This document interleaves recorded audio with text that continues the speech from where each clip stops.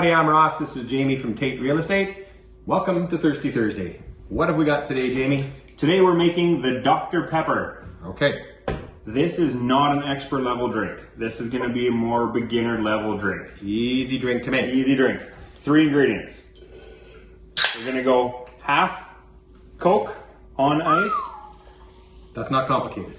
Not complicated yet. No, sometimes we have drinks that involve 8 or 10 different ingredients. Egg white. And you actually have to pay attention.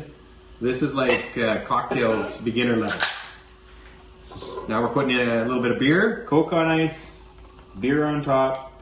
And this, in the end, is going to taste like Dr. Pepper. Careful with that one. It's going to foam over. Supposedly. So Dr. Pepper, and when you mix it with an alcohol, actually doesn't taste that great. But when you mix these together, it tastes like Dr. Pepper and is a cocktail.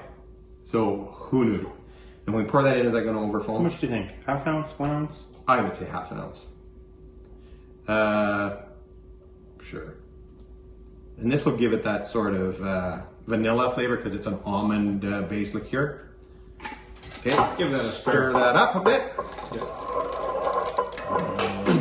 And you can impress all your friends that you can make this fancy cocktail that you learned on Thirsty Thursday.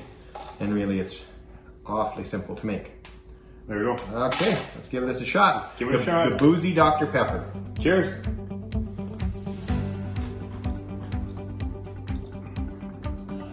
That is a strange combination. It does taste like Dr. Pepper.